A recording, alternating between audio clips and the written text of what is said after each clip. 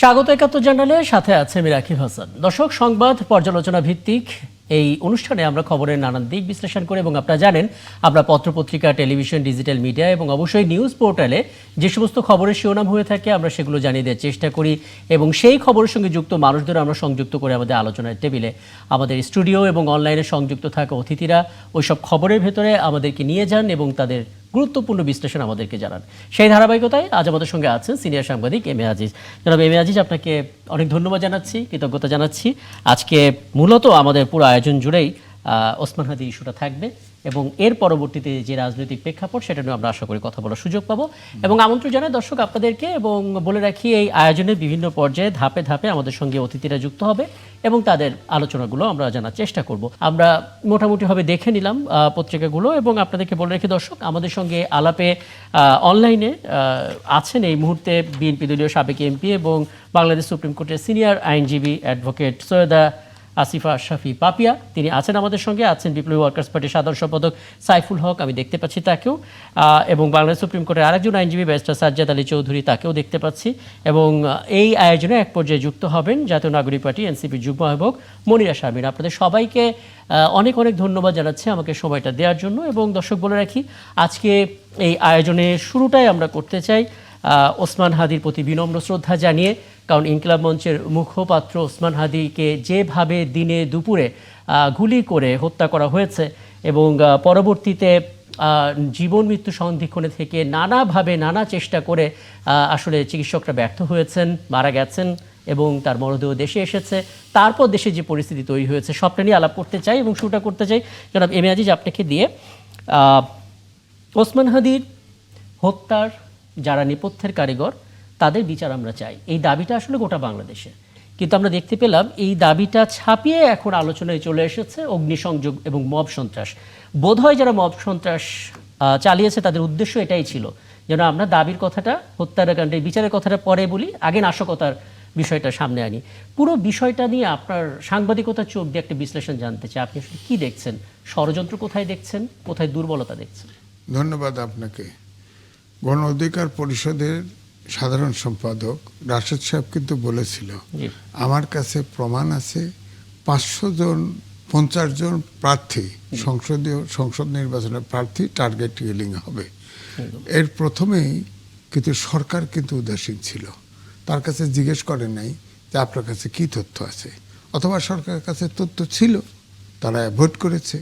প্রথমে আমার কাছে মনে হয়েছে এই গণমঞ্চের আপনার হাদি সাহেব তার প্রথম টার্গেট সে কিন্তু খুব সফট টার্গেট, কারণ সে একদম রাজনীতিটা ভিন্ন ধর্মী রাজনীতি, পায়ে হেঁটে, রিক্সায় চড়ে, পয়সা না খরচ করে, এবং সে সবসময় কথা বলতো, টেলিভিশনেও আসতো, কথা বলতো, যা সত্য মনে হয়েছে তাই বলতো, সে বাঁধ ভাঙা কথা বলতো।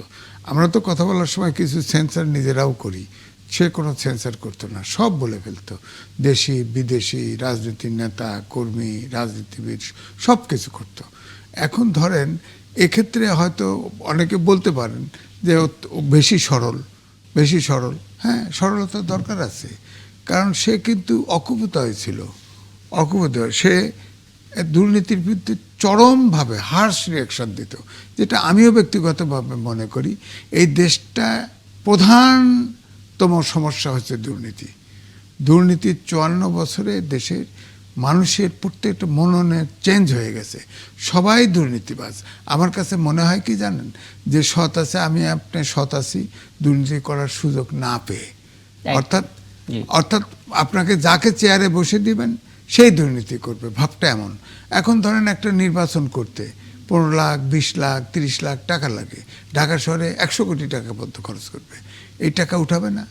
সে তো দুর্নীতি করে 100 কোটি টাকা উঠাবে এবং তার ইন্টারেস্টও উঠাবে, এবং আরেকটা নির্বাচনের জন্য আবার তখন মুদ্রাস্ফীতি সহ 150 কোটি টাকা চুরি করবে। তো চোর তো আমরাই বানাচ্ছি।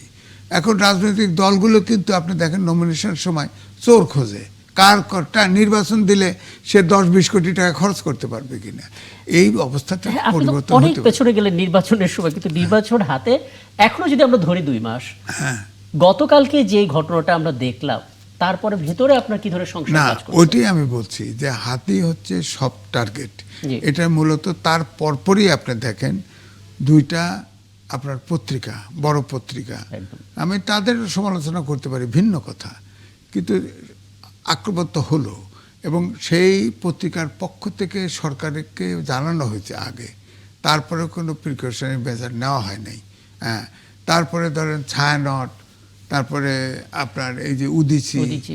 এগুলো টার্গেটগুলো বুঝবেন। পুলিশের যে বিশেষ শাখা আপনি- এসবি তাদের অফিসে ভাঙচুর করেছে তোপখানার উপর। হ্যাঁ, তো এখন ধরেন এই যে বেপরা অবস্থা, এবং আপনি প্রথম আলো, ডেইলি স্টারে কিন্তু সিসিটিভি ফুটেজ এবং আপনার টেলিভিশনগুলো দেখাইছেন, ফলো করা গেছে। শুধু ওখানে কিন্তু তরুণ ছিল না, না, এর পিছনে আরো লোক ছিল।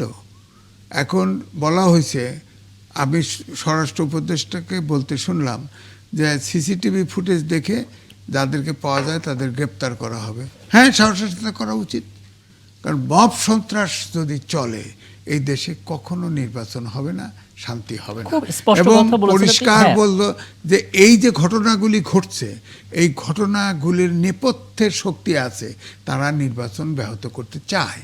সুতরাং এটা তো সরকার যদি চায় নির্বাচন সঠিক সময় করবে, তাদের ঘোষিত, একদম। তাহলে তো এটার বিচার আমি করতে আপনার হবে। আসলে এই পর্যবেক্ষণটা খুব প্রয়োজন ছিল, কারণ এখান থেকে আমি যা যা পাবো সেগুলো নিয়ে আমার অতিথিদের সঙ্গে আরো আলাপ করতে পারবো। অ্যাডভোকেট পাপি, আপনার কাছে একটু জানতে চাই, মানে প্রথমত আমরা আজকে 10টার একটু পরে বিএনপি স্থায়ী কমিটির যে বিশেষ গুরুত্বপূর্ণ সভাটা হয়েছে, তারপর একটা ব্রিফিং হলো, সেখানে আপনার দলের মহাসচিব মির্জা ফখরুল ইসলাম আলমগীর তিনি দুটো গুরুত্বপূর্ণ কথা বলছিলেন। প্রথমত, এটা আসলে সরকারের আশপাশে থাকা একটা অংশের ইন্ধন ছাড়া হতে পারে না, এবং দ্বিতীয় বিষয় হচ্ছে এই জাতীয় হামলার উদ্দেশ্য একটা হচ্ছে নির্বাচনটাকে অনিশ্চয়তার দিকে ঠেলে দেয়া। রাজনীতিবিদ হিসেবে যদি আগে থেকেই এই ব্যাপারটা আঁচ করা যায়, তাহলে সরকারের পক্ষ থেকে কোন কাজটা সবার আগে করা জরুরি বলে মনে করেন, এবং সেই দিক থেকে আপনারা কিভাবে সরকারের সাথে কাজটা করতে চান? আপনাদের দিক থেকে একটা অবজারভেশনটা শুরুতে জানতে চাই। দেখেন, আপনি অবজারভেশন জানতে চাচ্ছেন, তার অবজারভেশনের পূর্বে যে ঘটনাটা, আমি শহীদ আব্দুল হাদীর মৃত্যুটা, যে জিহাদের মৃত্যু, এবং এই মৃত্যুর যে ভাব গাম্ভীর্য, জি। এই প্রথম আলো, daily star, Udichi, SB office, Chhayanaut, এগুলোতে হামলা করে একটা বিশেষ সংগঠন, বিশেষ কিছু ব্যক্তি পরিকল্পিতভাবে এই সমস্ত জায়গায় হামলা করে ভাব গাম্ভীর্যটা নষ্ট করার তারা প্রচেষ্টা চালাচ্ছে, এবং নির্বাচনটা যাতে কোনোভাবে না হয় সেইটা একটা বন্দোবস্ত করছে। এইখানে আজকে হাদির প্রতি শ্রদ্ধা নিবেদন, তা হাদির বক্তব্যটা কি ছিল, যে আপনারা ওই পত্রিকা অফিসে যে মব সন্ত্রাস কেন করেন, একটা কাউন্টার পত্রিকা তৈরি করেন, করে লেখনের মাধ্যমে, বক্তব্যের মাধ্যমে, কলম যুদ্ধের মাধ্যমে সেটার প্রতিবাদ করেন, কিন্তু অফিসে হামলা এটা কেন?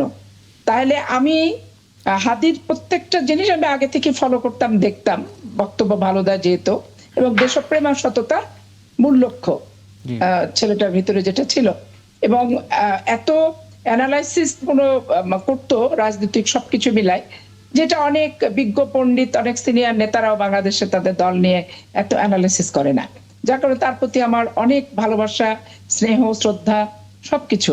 এবং ওর গুলিবিদ্ধ হওয়ার পর থেকে মানসিকভাবে আমি খুবই ভারাক্রান্ত। সেটা যাই হোক, এখন আপনি একটা জিনিস চিন্তা করেন যে প্রথম আলো, মতিউর রহমান সাহেব 116টা মামলার আসামি হয়েছে শেখ হাসিনার আমলে, এবং আমি কোর্টের বারান্দায় হাইকোর্টে বহুবার দেখছি, আমরা যারা নিয়মিত আইন চর্চার সাথে জড়িত। তারপরে আপনি এখানে আওয়ামী লীগের দোসর যে বলবেন, তো শেখ হাসিনা তার বক্তব্য আপনি এখন ইউটিউবে আছে দেখবেন, উনি বক্তৃতা দিচ্ছে যে প্রথম আলো ওরা তো আওয়ামী লীগের শত্রু, গণতন্ত্রের শত্রু, দেশের শত্রু। তো শেখ হাসিনার উদ্ধৃতি যদি এইটা থাকে, তাহলে প্রথম আলো কিভাবে আপনার হচ্ছে এই বর্তমান সরকারের শত্রু, কি বর্তমান তরুণ প্রজন্মের শত্রু হতে পারে? হ্যাঁ, কোনো নিউজ নিয়ে আমার মনে ক্ষোভ থাকতে পারে, অসন্তুষ্টি হতে পারি, কিন্তু আমি বাংলাদেশের সবকিছু শত্রু বলে একবারে যে তাণ্ডবটা চলেছে, আমি হাদির হত্যাকাণ্ডের সাথে যারা জড়িত, ভারত সরকারের উপরে স্পষ্ট বাংলাদেশ সরকার আন্তর্জাতিক ভাবে চাপ দিয়ে ওই হত্যাকারীকে বাংলাদেশে নিয়ে এসে বিচারের সম্মুখীন করা উচিত প্রথমত। আর দ্বিতীয়ত, আমার পক্ষে নিউজ করলো না বিপক্ষে নিউজ করলো, কোনটা বা স্বার্থের বাইরে গেল, এই ছোট নতুন বাংলাদেশ গড়ার স্বপ্ন আমি দেখবো, আর পুরানো বন্দোবস্তের ভিতরে যে অফিস ভাঙচুর করব, এই যারা ভাঙচুরের সাথে জড়িত এদেরও একটা বিহিত ব্যবস্থা আইনের আশ্রয় নিয়ে এসে করা উচিত। নাহলে এই সরকার শুধু না, পরবর্তী সরকারও কিন্তু নিয়ন্ত্রণ করতে পারবে না, এবং এই বাংলাদেশের স্বস্তি শান্তি কিছুই কিন্তু আর থাকবে না। তো এই জন্য এই ব্যাপারেও একটা ব্যাপার। আর দ্বিতীয়ত আপনি যেটা বললেন যে আপনার প্রশ্নটা ছিল, একটা গুরুত্বপূর্ণ স্টেক হোল্ডার বিএনপি একটা গুরুত্বপূর্ণ স্টেক হোল্ডার নির্বাচনের প্রক্রিয়ার ভিতরে, এবং তাদের দিক থেকেও নিশ্চয়ই সরকারের সাথে কাজ করার সুযোগ আছে। আমি এই বিষয়টা নিয়ে কথা বলবো, কিন্তু আমি আপনার কাছ থেকে ছোট্ট কিছু সময় নিতে চাই, কারণ রাত 12টা যেহেতু বেজে যাচ্ছে, একটা শিরোনাম জানাতেই হবে এবং ফিরে এসে নিশ্চয়ই এখানটা নিয়ে কথা বলবো এবং সেই মতামতগুলো জানার চেষ্টা করবো। আপনারা আছেন আমাদের সঙ্গে, দর্শক আপনারা আছেন 71 জানালে ছোট্ট একটা বিরতি নিচ্ছি, আমাদের সঙ্গে থাকবেন। সাথে থাকার জন্য ধন্যবাদ। 71 জানালে আপনারা আছেন এবং রাত 12টা যেহেতু বেজে গেছে, আমরা আলাপে যাওয়ার আগে শিরোনামগুলো জানিয়ে দিতে চাই দর্শক। জাতীয় হৃদরোগ ইনস্টিটিউটের হিমঘরে ওসমান হাদির মরদেহ শনিবার সমাহিত হবেন জাতীয় কবি কাজী নজরুল ইসলামের সমাধির পাশে। হাদি হত্যার প্রতিবাদে উত্তাল সারা দেশ, শাহবাগকে হাদি চত্বর ঘোষণা, হত্যাকারীদের দেশে ফিরিয়ে এনে বিচার দাবি। নির্বাচন বানচাল করতে বিভিন্ন ভবন ও ব্যক্তির ওপর হামলা, সারা দেশে সহিংসতা ও ভাঙচুরের নিন্দা জানিয়েছে বিএনপি। নির্বাচন পিছিয়ে দিতে গণমাধ্যমের উপর হামলা, সরকারের একটি অংশের ইন্ধন ছাড়া এটা সম্ভব নয় বলছেন গণতান্ত্রিক জোটের নেতারা। খালেদা জিয়ার শারীরিক অবস্থা স্থিতিশীল, আছেন আইসিইউতে, চিকিৎসা নিতে পারছেন তিনি, জানালেন AZM জাহিদ হাসান।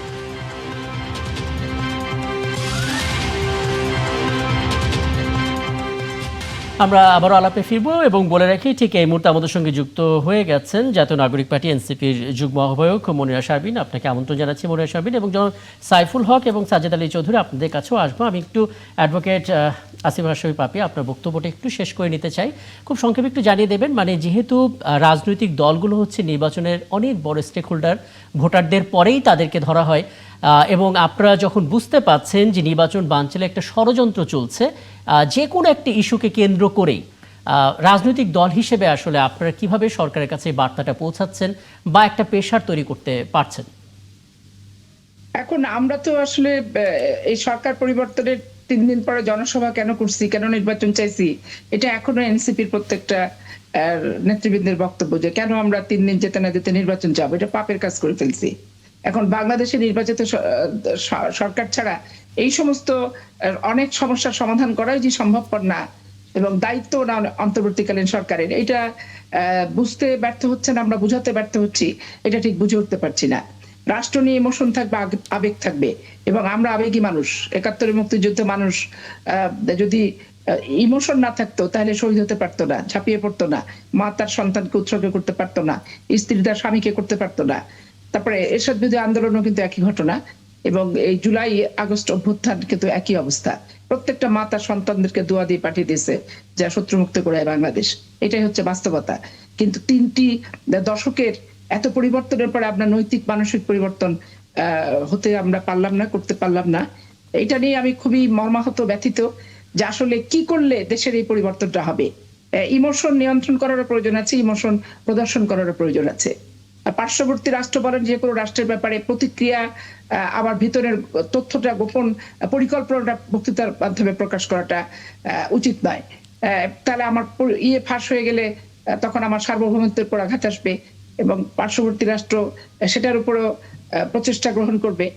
এই সমস্ত ব্যাপার দেখেন, ভারতের মমতা ব্যানার্জির কলকাতাতে এই জুলাই আগস্ট অভ্যুত্থান নিয়ে মিছিল করছে বাংলাদেশি, ওখানকার বাঙালিরা, বাংলা ভাষাভাষীরা, এটা আমরা দেখছি।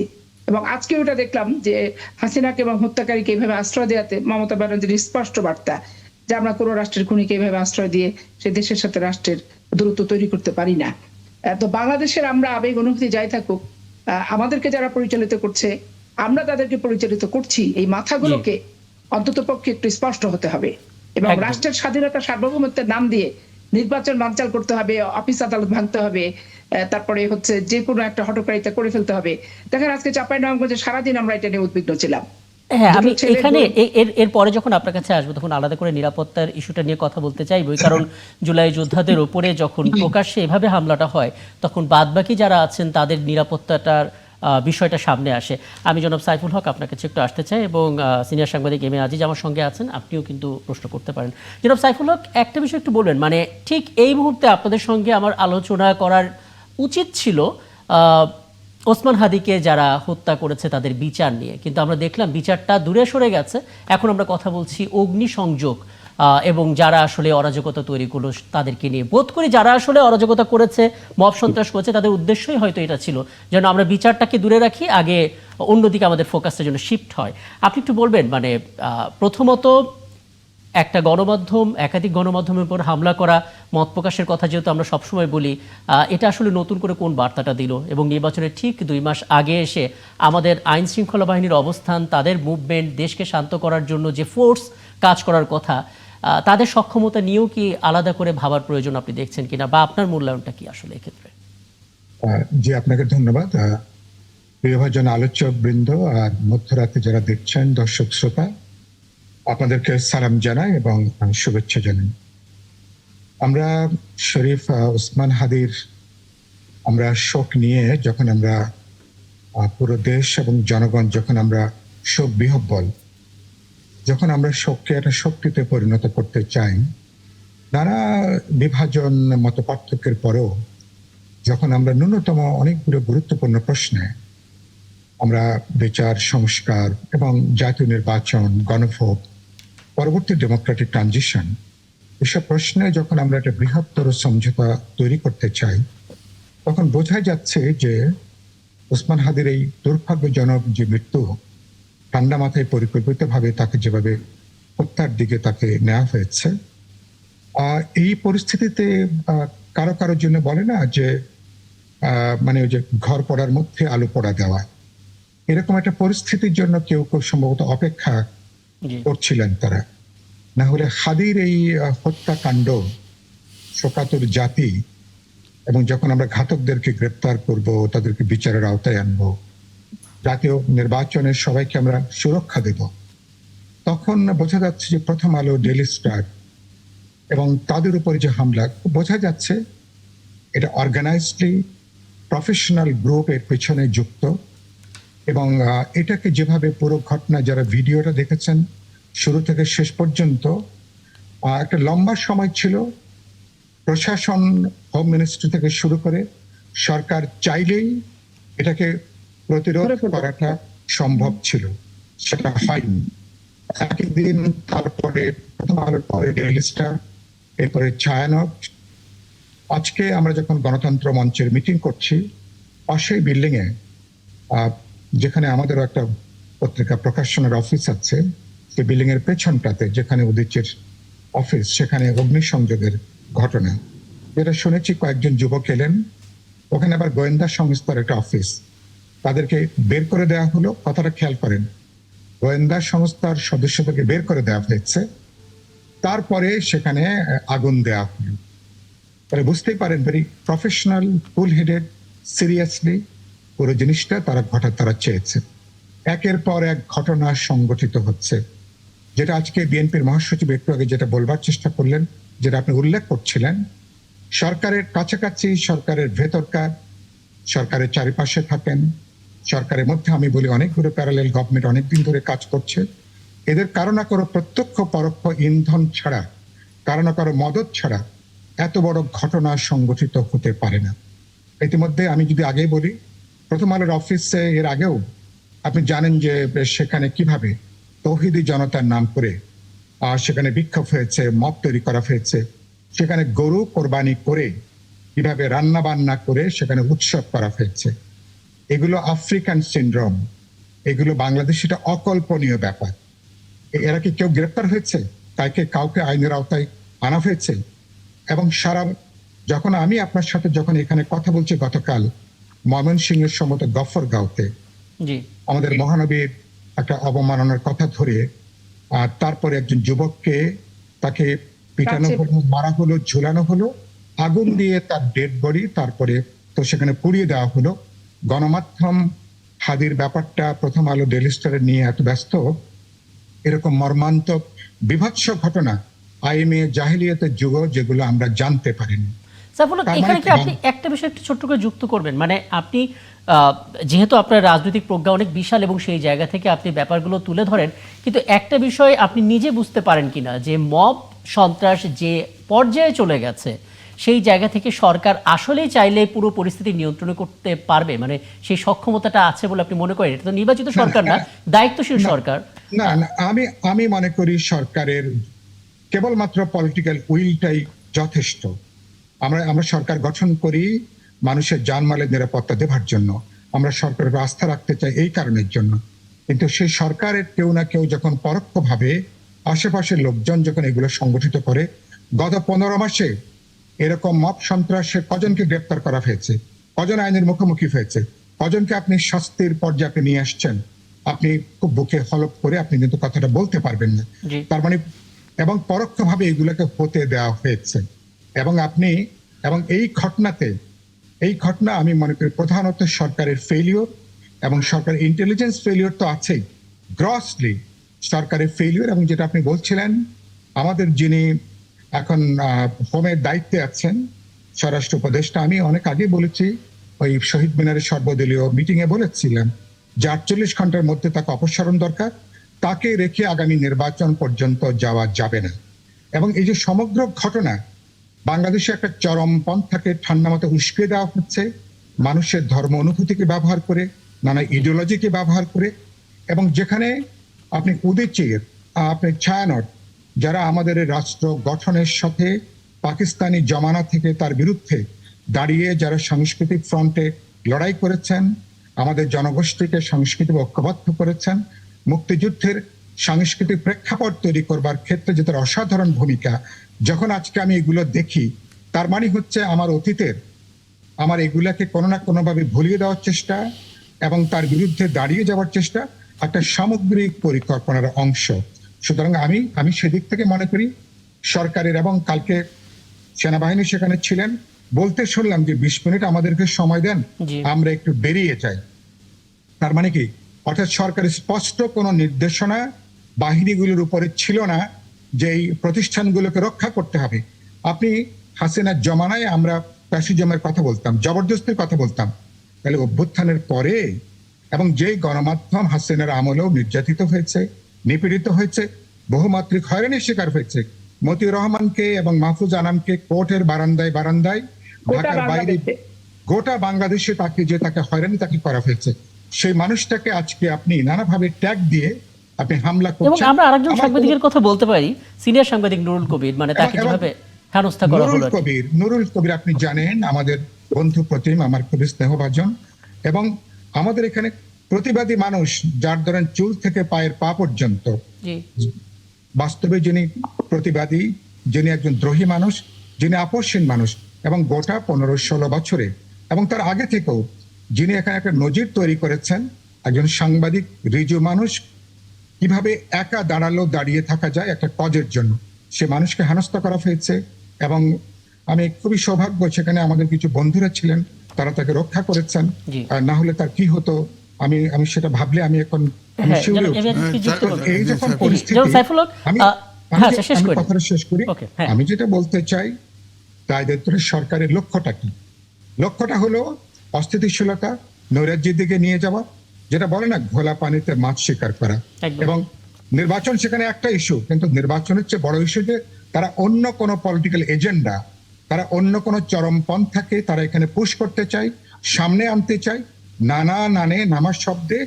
এবং যেহেতু ওসমান হাদি নিয়ে আমাদের সবের আবেগ আছে, শোকের জায়গাটা আছে, এই বাতাবরণটাকে ব্যবহার করে গোটা দেশটাকে, মানে যেখানে ঐক্য একটা দরকার, ছুতো খোঁজা দরকার ছিল ব্যাপারটা একটা এরকম। ছুতো হানাহানি, সহিংসতা, ঐক্যের পরিবর্তে বিভক্তি, বিভাজন, হানাহানি তৈরি করছে, অভ্যুত্থানের অর্জনটাকেই পুরোপুরি বিপর্যয়ের দিকে নেবার একটা সচেতন প্রচেষ্টা। একদম। আমি হ্যাঁ, একটু সিনিয়র সাংবাদিক এম এ আজিজের প্রশ্নটা নিই। জি। সাইফুল ভাই, আপনার কাছে আমার দুইটা প্রশ্ন।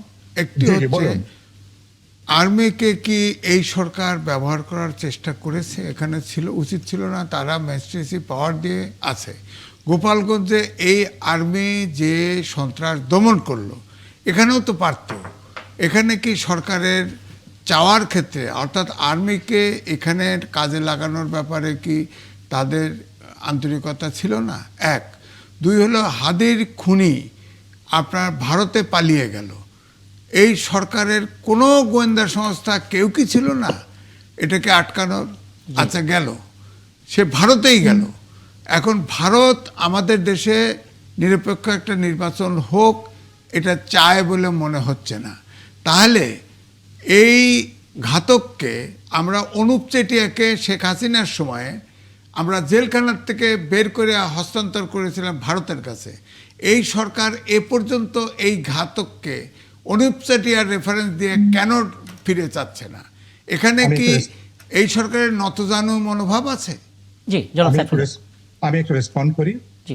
আমি প্রথমত আমি যেটুকু ভিডিওতে দেখেছি, যেটুকু গণমাধ্যমে নানাভাবে বেরিয়ে এসছেন, আমি দেখেছি যে পুলিশ, সেনাবাহিনী, পুলিশ তারা কয়েক মিনিটের মধ্যে তারা এখানে হাজির হয়েছিলেন। প্রথমত এর আগেই এটাকে প্রতিরোধ করা সম্ভব ছিল, সেটা হয়নি। সেটা হচ্ছে শুরুর দিকে যেটা অন্যায় এবং আমি অপরাধ মনে করি স্টেটের দিক থেকে, হোম মিনিস্ট্রির দিক থেকে, ল এনফোর্সিং এজেন্সির দিক থেকে। দ্বিতীয়ত হচ্ছে সেনাবাহিনী উপস্থিত হলেন তখন যে মানুষজনের জায়গা থেকে সেনাবাহিনী, তারা বোঝা গেল তারা জনতার মুখোমুখি তারা হতে চাননি বা তাদের উপর ওরকম কোনো নির্দেশনা দেওয়া হয়নি। এরপরে তারা যখন বেরিয়ে গেলেন বাস্তবে তখন পুরোপুরি অরক্ষিত। তখন এখানে যা খুশি তখন সেখানে তাই করা যায়। এখানে বিশাল সংখ্যক প্রাণহানি হবারও ঝুঁকি ছিল। প্রথম আলো, ডেইলি স্টারের সাংবাদিক যারা নানা অংশের মানুষজন এই ভবনগুলোতে ছিলেন তাদেরও কিন্তু মারাত্মকভাবে প্রাণহানি হবার একটা বিশাল আশঙ্কা ছিল। প্রাণহানি থেকে আমরা রক্ষা পেয়েছি, তারা হয়তো সাবধান ছিলেন, সচেতন ছিলেন। কিন্তু যে জায়গাটা, যে পত্রিকা বাংলাদেশের গৌরবের অংশ, আমাদের পুরো লড়াইয়ের অংশ, আমাদের গণতান্ত্রিক অভিযাত্রার অংশ, বাংলাদেশের ব্র্যান্ড হিসাবে যদি মনে করেন তাহলে প্রথম আলো। এবং সমালোচনা থাকতে পারে, হাদি খুব চমৎকার বলেছে যে আপনি প্রথম আলো সমালোচনা করবেন, আপনি আরো 7টা প্রথম আলো তৈরি করে তারপরে আপনি কমব্যাট করেন। আমি মনে করি তার অবস্থানটা খুবই পরিষ্কার। এখন আপনি তার সেন্টিমেন্টকে ব্যবহার করে আপনি সেখানে তার শোকাতুর মানুষকে আপনি একটা জজবা তৈরি করে আপনি এটা করবেন। কোন সভ্য গণতান্ত্রিক সমাজ এটা করতে, এটা একটা এটার বর্বর সমাজ কেবলমাত্র এগুলোকে অ্যালাউ করতে পারে। কোন নামে সরকার তার দায় এড়াতে পারে না। আমি মনে করি সিসি যেটা বললেন না, এটাও চাপা পড়ে যাবে। প্রতিটা যারা হামলার সঙ্গে যুক্ত সবকিছু এখন কিন্তু গোয়েন্দাদের হাতে আছে।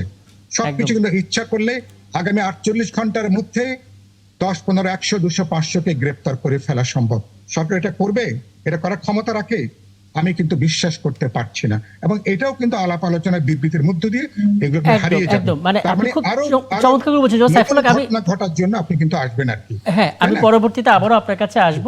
এবং হাদির যে বক্তব্যটা আপনি বললেন সেই প্রেক্ষাপটে আজকে এনসিপির আহ্বায়ক নাহিদ ইসলাম খুব চমৎকার করে বলেছেন যে যারা আসলে ধ্বংসযজ্ঞ চালিয়েছে তারা আসলে অ্যাটলিস্ট হাদিকে ওইভাবে ওন করেন না।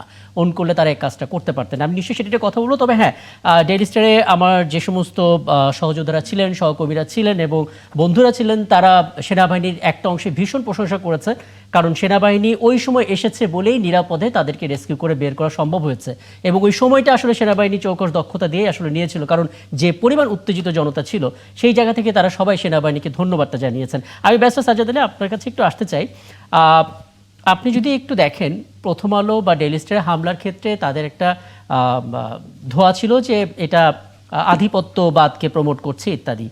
কিন্তু পরবর্তীতে আমরা দেখলাম যে আমাদের মূল উদ্দেশ্য ছিল হাদির হত্যাকারীদের বিচার চিহ্নিত করা, বিচার নিশ্চিত করা, তাদেরকে দেশে ফিরিয়ে এনে শাস্তি কার্যকর করা। সেই দাবি থেকে সরে গিয়ে কেন টার্গেটে ছায়ানট কিংবা উদীচী চলে আসবে বলা হচ্ছে, ধারণা করা হচ্ছে, অনেকেই দাবিটাও করেন যে সরকারের আশপাশে থাকা কোনো শক্তি এটা করছে।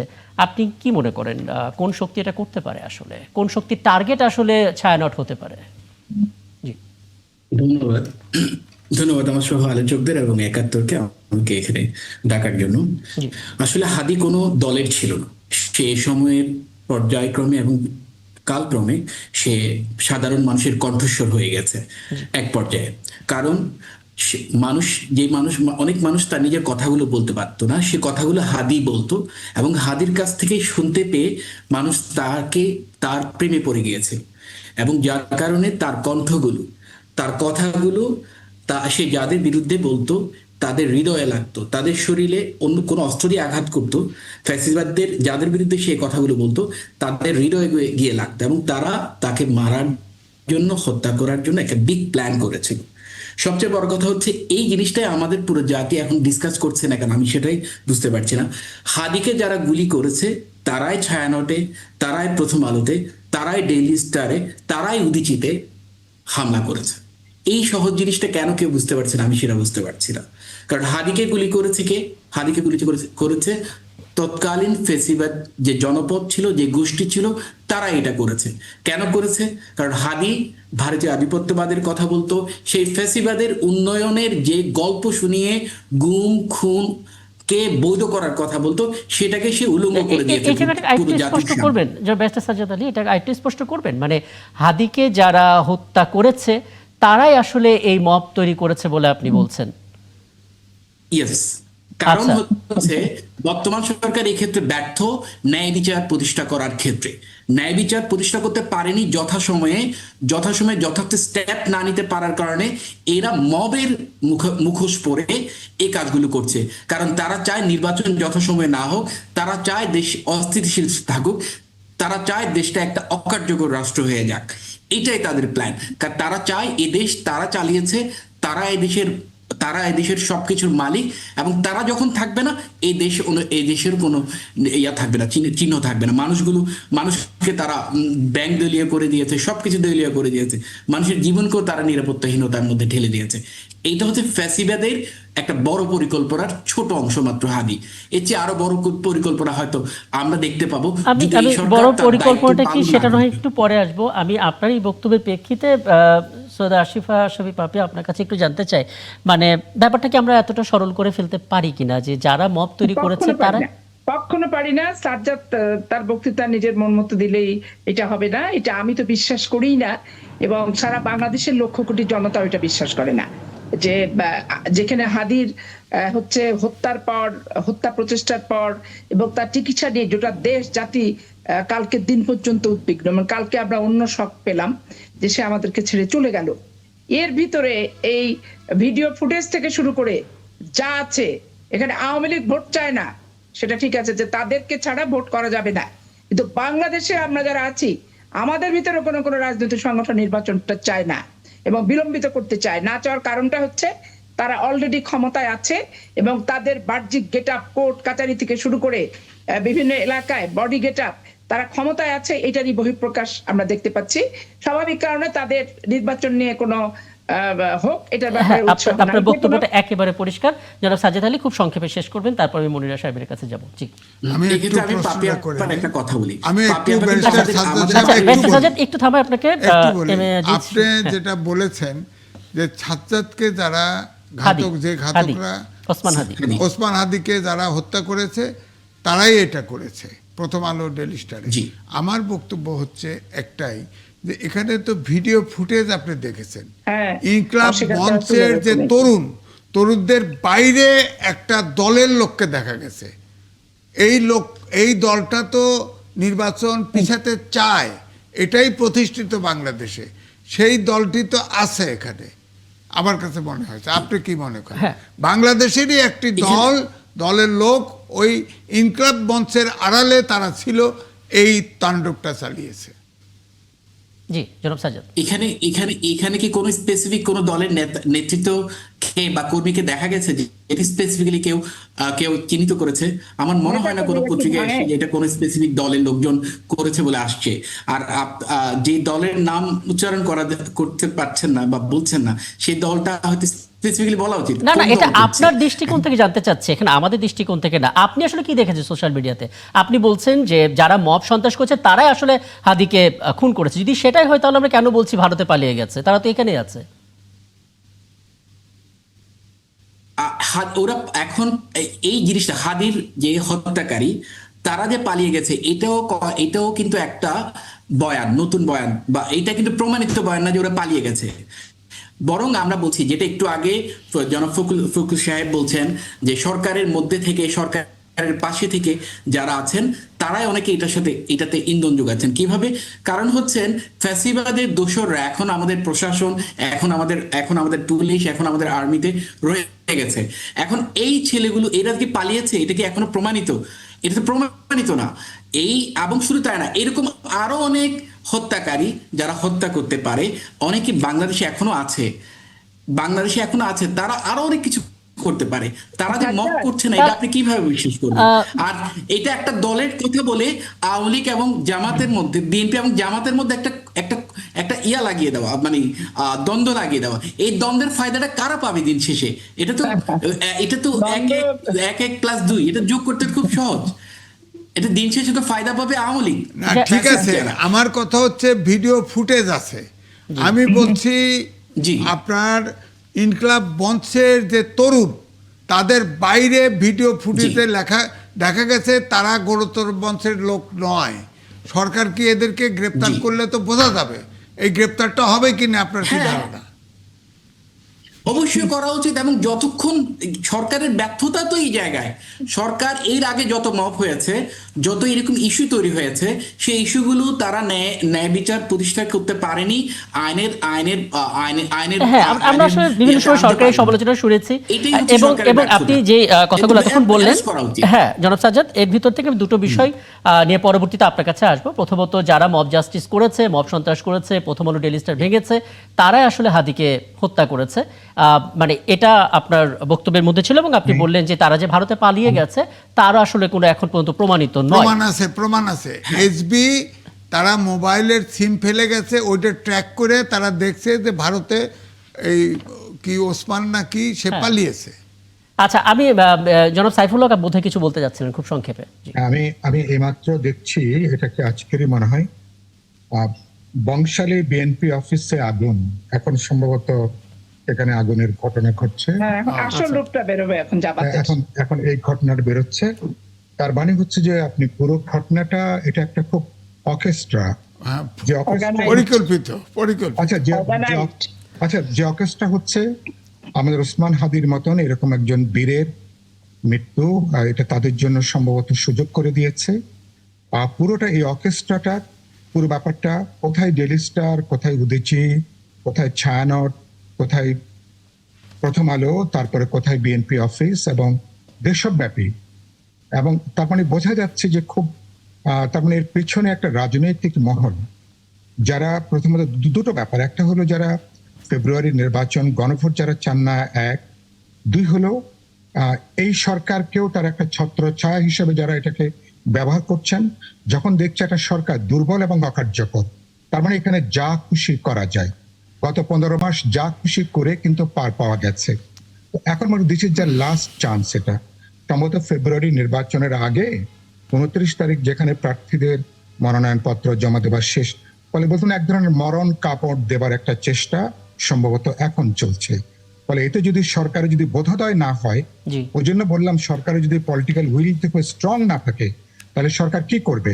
সরকার তার নিজের সক্ষমতা দেখানোর প্রশ্ন, রাজনৈতিক দল, অংশীজন, ইলেকশন কমিশন, গোটা ল এনফোর্সিং এজেন্সি, আমার সামরিক বাহিনী, যারা এখন ম্যাজিস্ট্রেসি পাওয়ার নিয়ে যে থাকবার কথা, তাদেরকে তো ডিপ্লয় করার প্রশ্নটা ছিল।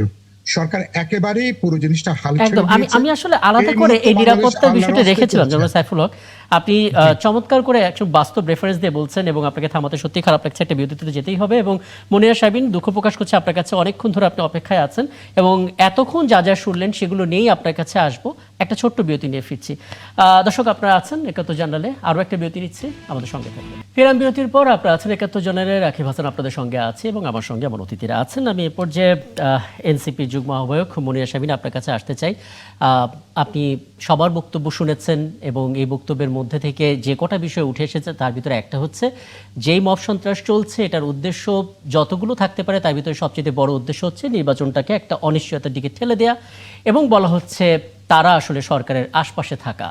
এবং সবচাইতে বড় কথা যেটা আমরা এখন ব্যারিস্টার সাজ্জাদের কাছ থেকে শুনতে পারলাম, যে যারা আসলে মব জাস্টিস করছে, মব সন্ত্রাস করছে, তারাই আসলে হাদিকে হত্যা করেছে, এবং তারা যে ভারতে পালিয়ে গেছে তাদের হত্যাকারীরা, হাদির হত্যাকারীরা, সেটা এখন পর্যন্ত প্রমাণিত না। আমরা জানি এনসিপির যারা আছেন তাদের প্রায় সবাই জুলাই যোদ্ধা, এবং তাদের সামনেই যখন দেখা যায় একজন জুলাই যোদ্ধাকে দিনে দুপুরে ফায়ার করে হত্যা করা হয়, তখন আপনাদের নিরাপত্তা ব্যাপারটা কতটা সামনে আসে সেটাও স্পষ্ট হয়। সব কিছু মিলিয়ে বলবেন নিরাপত্তা ইস্যুটা, এবং কারা আসলে এই মব জাস্টিস করছে, তারাই আসলে হাদির হত্যাকারী, এটা আমরা এত সরলীকরণ করব কিনা। মনিরা জি। ধন্যবাদ। যারা দেখছেন তাদের শুভেচ্ছা, এবং আমার বিজ্ঞ সহ আলোচক যারা উপস্থিত আছেন তাদের শুভেচ্ছা। দেখেন, এটি আমার কাছে এত সরল না। মানে যারা আসলে হাদিকে হত্যা করেছে, আম, এই সবকিছুর পেছনে আসলে তারাই পরবর্তীতে, মানে আমার কাছে ব্যাপারটা এত সহজ না। আম, তবে এটি তো পরিষ্কার, আমাদের আলোচনাতেও এটি উঠে আসলো যে হাদিকে যারা আসলে হত্যা করেছে, আম, তারা আহ, মানে তাদের আসলে এই এই ঘটনাটা তারা ঘটাতে পেরেছে, এবং এটির সাথে একটা অবশ্যই সংযোগ আছে এই পরবর্তী নাশকতাগুলোর। কারণ এভাবে করে দেখবার একটা খুব বড় কারণ হচ্ছে, গতকালকে কিন্তু যখন আসলে এই ডেইলি স্টার এবং প্রথম আলোতে আগুনের ঘটনাটা ঘটলো, ডেইলি স্টারে কিন্তু যারা আসলে ছিলেন ভেতরে, তারা ছাদে আশ্রয় নিয়েছিলেন। আমরা কিন্তু আমরা 3 জন এনসিপির পক্ষ থেকে আমরা কিন্তু সেখানে গেছিলাম। আম, এখন সেইখানের যা পরিস্থিতি, আমি তো একেবারে প্রত্যক্ষদর্শী, সেই জায়গা থেকে আমি যদি বলি, সেটা হচ্ছে যে সরকারের অনেক বড় একটা আম, আন্তরিকতার অভাব বলবো অথবা সদিচ্ছার অভাব বলবো, এই অভাবটা আমি দেখতে পেয়েছি।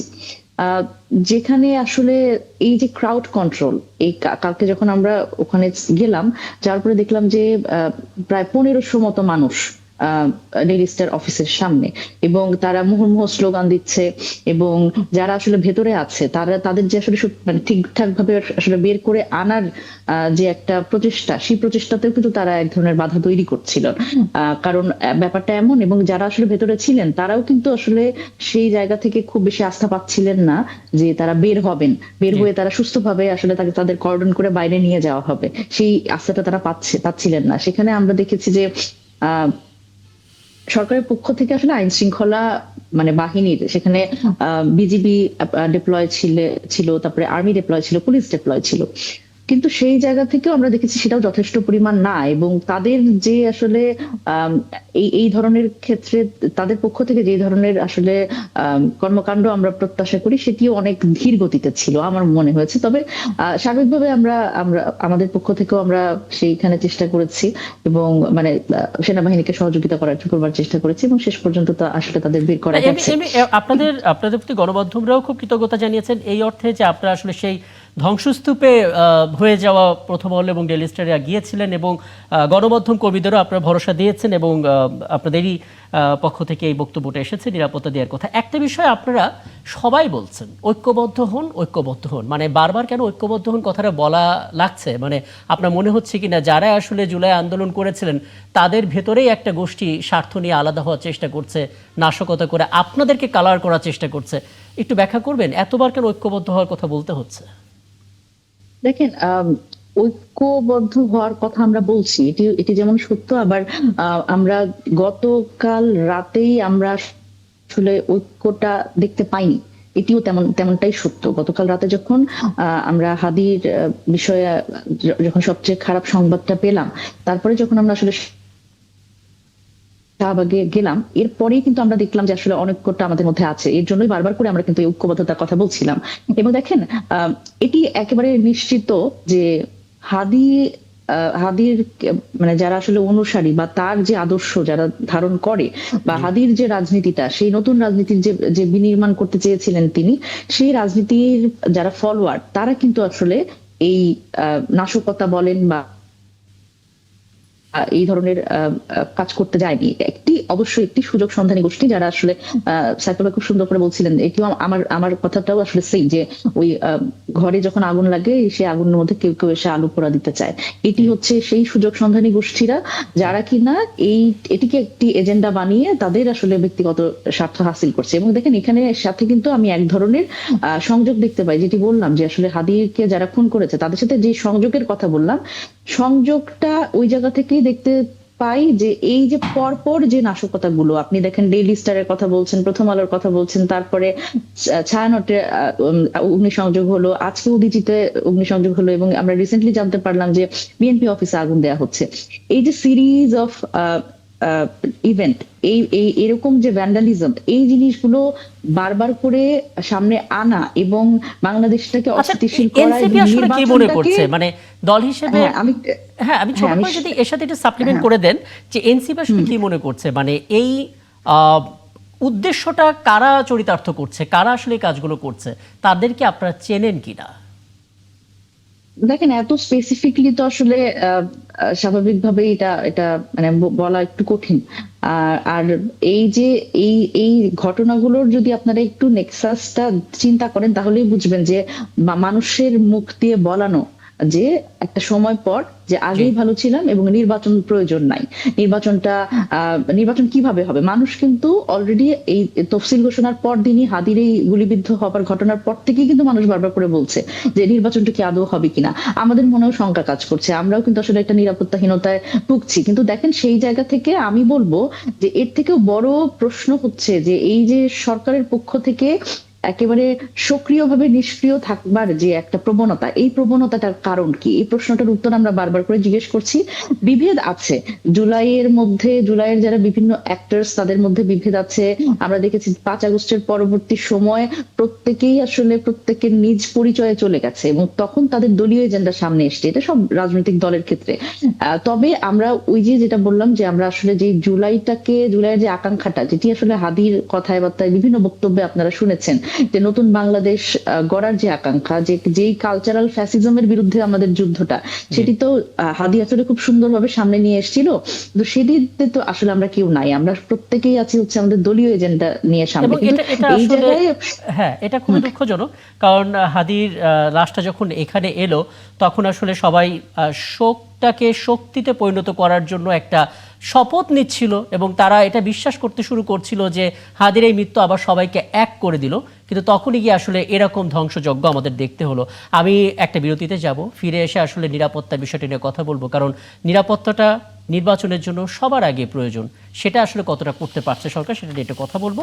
দর্শক, সবশেষ বিরতি নিচ্ছে, আমাদের সঙ্গে থাকবেন, ফিরছি একটু পর। একাত্তর জানালে আরও একবার আমন্ত্রণ জানাচ্ছি এবং সকালবেলা যেই পত্রিকা আপনারা হাতে পাবেন সেখানে যে শিরোনাম আপনারা দেখবেন সেটা একটু আগে জানিয়ে দিতে চাই দর্শক। শুরুটা করতে চাই সংক্ষেপে দৈনিক যুগান্তর দিয়ে। সকালে যে শিরোনামটা দেখবেন সেটা হচ্ছে আইনশৃঙ্খলা পরিস্থিতি উন্নয়নে সরকার একটা নতুন কৌশল, তফসিলে ঘোষিত সময়ে ভোট গ্রহণে অনড় ইসি। তার মানে যাই হোক না কেন নির্ধারিত সময়েই নির্বাচনটা হবে, এই কমিটমেন্ট এখনো ধরে রেখেছে ইসি। দৈনিক যুগান্তর দেখে নিলাম। বণিক বার্তা আমরা দেখতে পাচ্ছি ইনকিলাব মঞ্চের আহ্বায়ক ওসমান হাদির মরদেহর ওপরে সবাই স্মৃতিচারণ করছেন, কান্নায় ভেঙে পড়েছেন। শনিবার ওসমান হাদির জানাজা অনুষ্ঠিত হবে এবং সমাধি রাখা হবে জাতীয় কবি কাজী নজরুল ইসলামের পাশে, যেটা আমরা আসলে শিরোনামে বলছিলাম। বিটিসিএলে 58,000 কোটি টাকা সম্পদের তথ্যে অস্বচ্ছতা, একটা বিশেষ প্রতিবেদন তাদের। দৈনিক ইনকিলাব আমরা প্রধান উপদেষ্টা একটা বক্তব্য, কয়েকজন বিচ্ছিন্ন উগ্র গোষ্ঠীর দ্বারা সংঘটিত সহিংসতার বিরুদ্ধে সতর্ক থাকুন, গোটা জাতিকে কাঁদালেন হাদি, এই খবরটাও আছে। ফিনান্সিয়াল এক্সপ্রেস হাদির খবরটা দেখতে পাচ্ছে এবং জাপানের যে ঝুঁকি বিবেচনা করা হচ্ছে এক্সপোর্টের ক্ষেত্রে, সেটা নিয়ে আলাদা একটা প্রতিবেদন তারা তৈরি করেছে। মোটামুটিভাবে আমরা দেখে নিলাম শিরোনামগুলো এবং আগেই জানিয়েছি আমাদের অতিথিরা আছেন। আমি সংক্ষেপে সবারই ছোট ছোট করে একটু মন্তব্য নিতে চাই এবং অ্যাডভোকেট সৈয়দ আসিফা আশরাফি পাপিয়া, আপনার কাছ থেকে শুরুটা করি।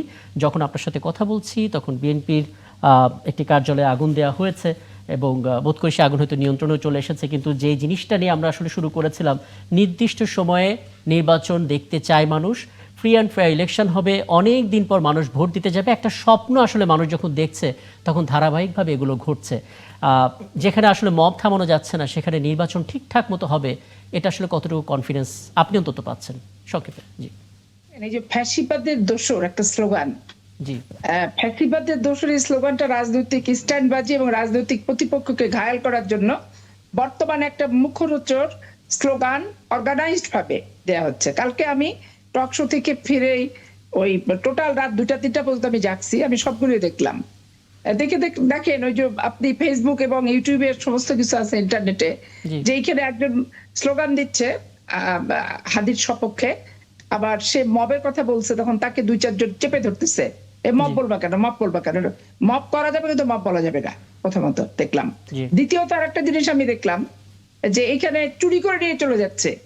প্রতিহিংসা যদি থাকে তাহলে তো আমার কাচের জিনিস ভেঙে দিলাম, কাচের জিনিস কাঁচ লাগাই দেওয়া যাবে, কিন্তু সাংবাদিকদের, লয়ারদের যে কিছু তথ্য থাকে, এই তথ্যগুলো পেন ড্রাইভ সহ আরো অনেক কিছুতে থাকে, ল্যাপটপে থাকে, এগুলো যদি চুরি হয়ে যায় তাহলে একটা সাংবাদিক, একটা লয়ার কিন্তু নিঃস্ব হয়ে যায় ডাটা থেকে এবং তার তথ্য থেকে, তার জীবনের কেরিয়ারের অধিকাংশ কিন্তু চুরি করে কিন্তু নষ্ট করলো। এবং যে ছেলেটা চুরি করলো ওই ছেলে জনগণের সম্পদ। প্রথম আলোর ব্যক্তিগত ইয়েগুলো কি জনগণের সম্পদ হতে পারে? দেখেন, আমার স্পষ্ট কথা, আমি হাদিকে পছন্দই করি স্পষ্ট কথা বলার জন্য, এবং আমি সারা জীবন স্পষ্ট কথাই বলে আসছি।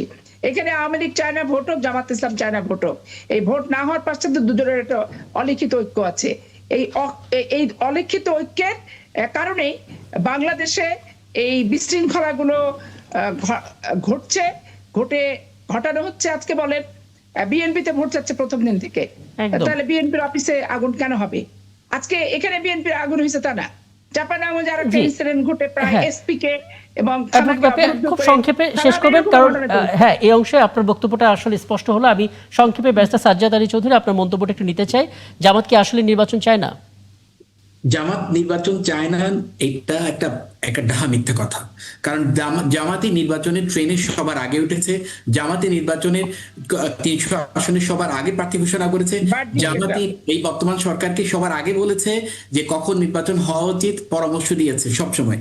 সবচেয়ে বড় কথাটা হচ্ছে এইটা একটা মিথ্যা প্রপাগান্ডা চালাচ্ছে একটা দল, কারণ সেই দলই এখনো তাদের নির্বাচনের সমস্ত কিছু প্রস্তুতি নিতে পারেনি, এবং তাদের অন্তঃকোন্দলের কারণে।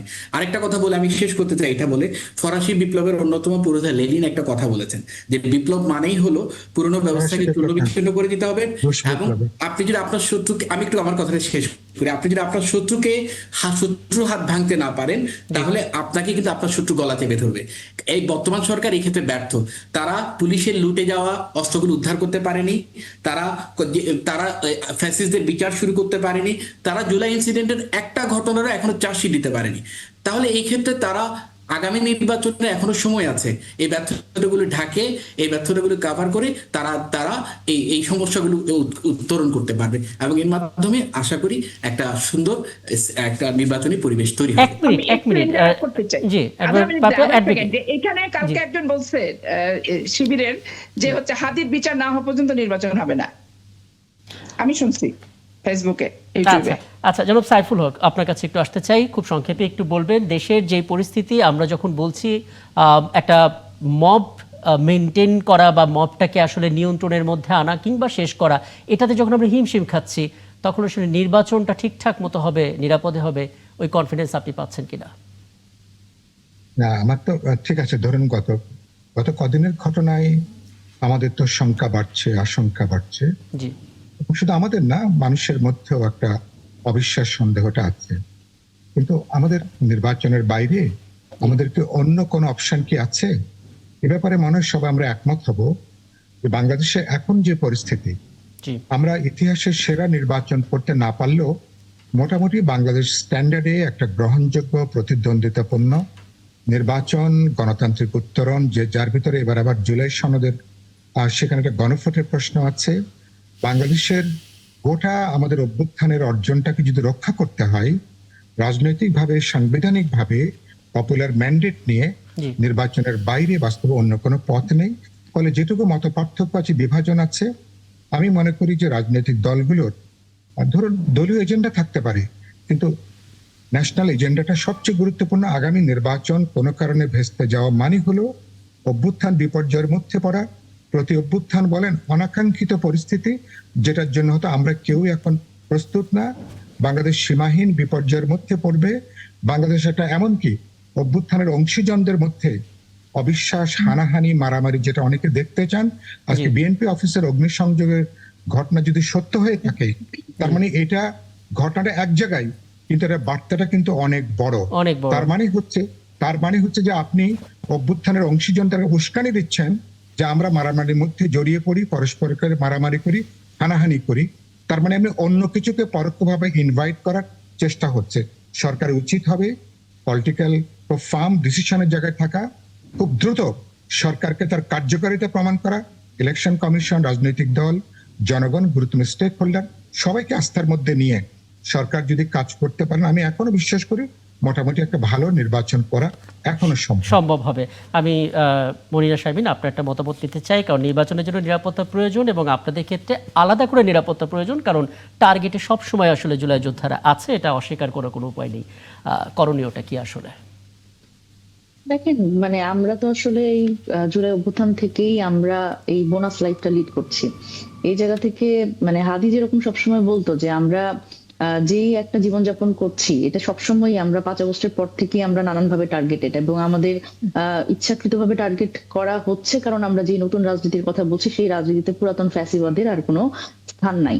সুতরাং সেই জায়গা থেকে আমরা যেটা বলি সেটা হচ্ছে যে হাদির এই মৃত্যুটা আমাদের জন্য খুব ভয়ঙ্কর রকমের একটা, যেরকম বার্তা দিয়েছে যে আমাদের নিরাপত্তা শঙ্কা আছে, আবার ঠিক তেমনি এই হাদির মৃত্যু কিন্তু আমাদের জন্য একটা বড় সাহসের জায়গা, যে তার অসম্পন্ন যে কাজটা, সেই কাজটা সম্পন্ন করার দায়ভার কিন্তু আমাদের। সুতরাং এই জায়গা থেকে শুধুমাত্র আমাদের নিরাপত্তা না, আমরা যেটা চিন্তা করি, আমরা প্রার্থী হিসেবে আপনারা বলছেন আমাদের নিরাপত্তার কথা, কিন্তু আমার যারা ভোটার তাদের নিরাপত্তা কে দিবে, সেটার জন্য কিন্তু সরকারের অনেক প্রোঅ্যাক্টিভ ভূমিকা পালন করতে হবে।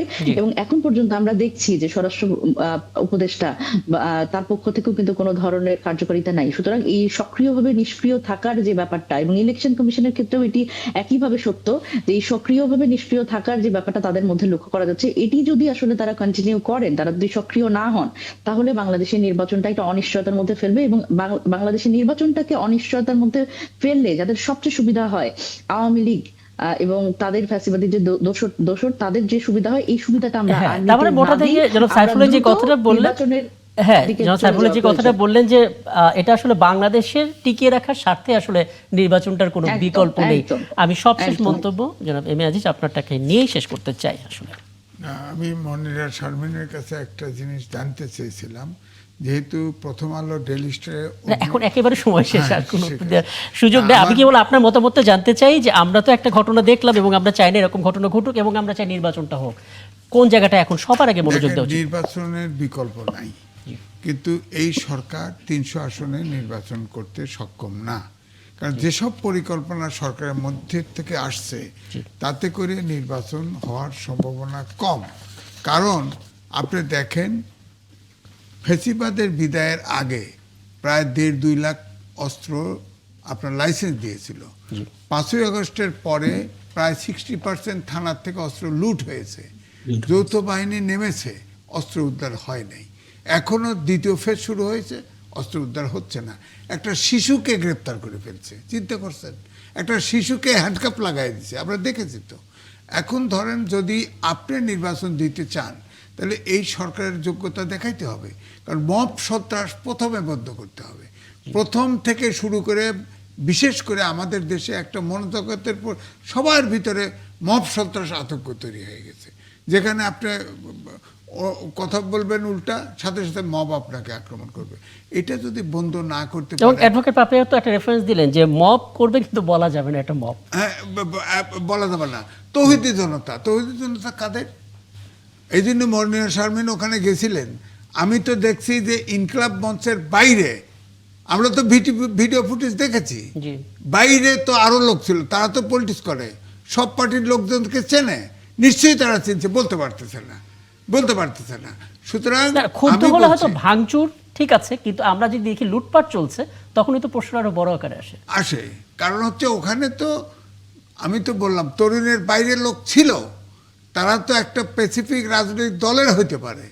কারণ তারা বিএনপি অফিসে আগুন দিছে, কারা দিছে? ইনকলাব মঞ্চ দিছে? ইনকলাব মঞ্চ তো দেয় নাই।